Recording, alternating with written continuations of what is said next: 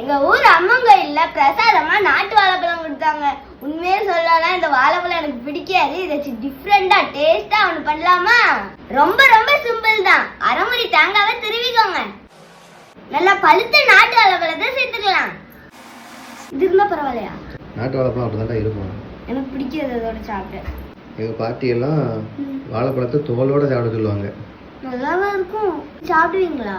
பாட்டி கிட்ட வச்சு நடிப்பேன். பாட்டி இருக்கும்போது மட்டும் தோலோட சாப்பிடுவேன். வேற பாட்டி இல்லாதப்போ சும்மா தோல் வச்சு சாப்பிட்டுட்டு விட்டுட்டு. இப்ப இது கூட நாட்டு சக்கரை சேர்த்துக்கலாம். நாங்க வெள்ளத்தூள் சேர்த்துக்கிறோம். இது ரெண்டுமே இல்லைன்னா சீனி கூட சேர்த்துக்கோங்க. கையை சுத்தமா கழுவிட்டு நல்லா பிணையணும். இப்படி பிணையதுக்கு மேல மிக்சில அரைச்சிடலாமே அப்படின்னு நினைச்சிடாங்க. நல்லாவே இருக்காது. நெருங்கி சின்ன வயசுல எல்லாம் சாப்பிட்டுருக்கீங்களா? ஆமாண்டா, கோயில் கூட எல்லாம் முடியல. மரிப்பழம் கொடுக்கும்போது நாட்டு வாழைப்பழம் தான் கொடுப்பாங்க.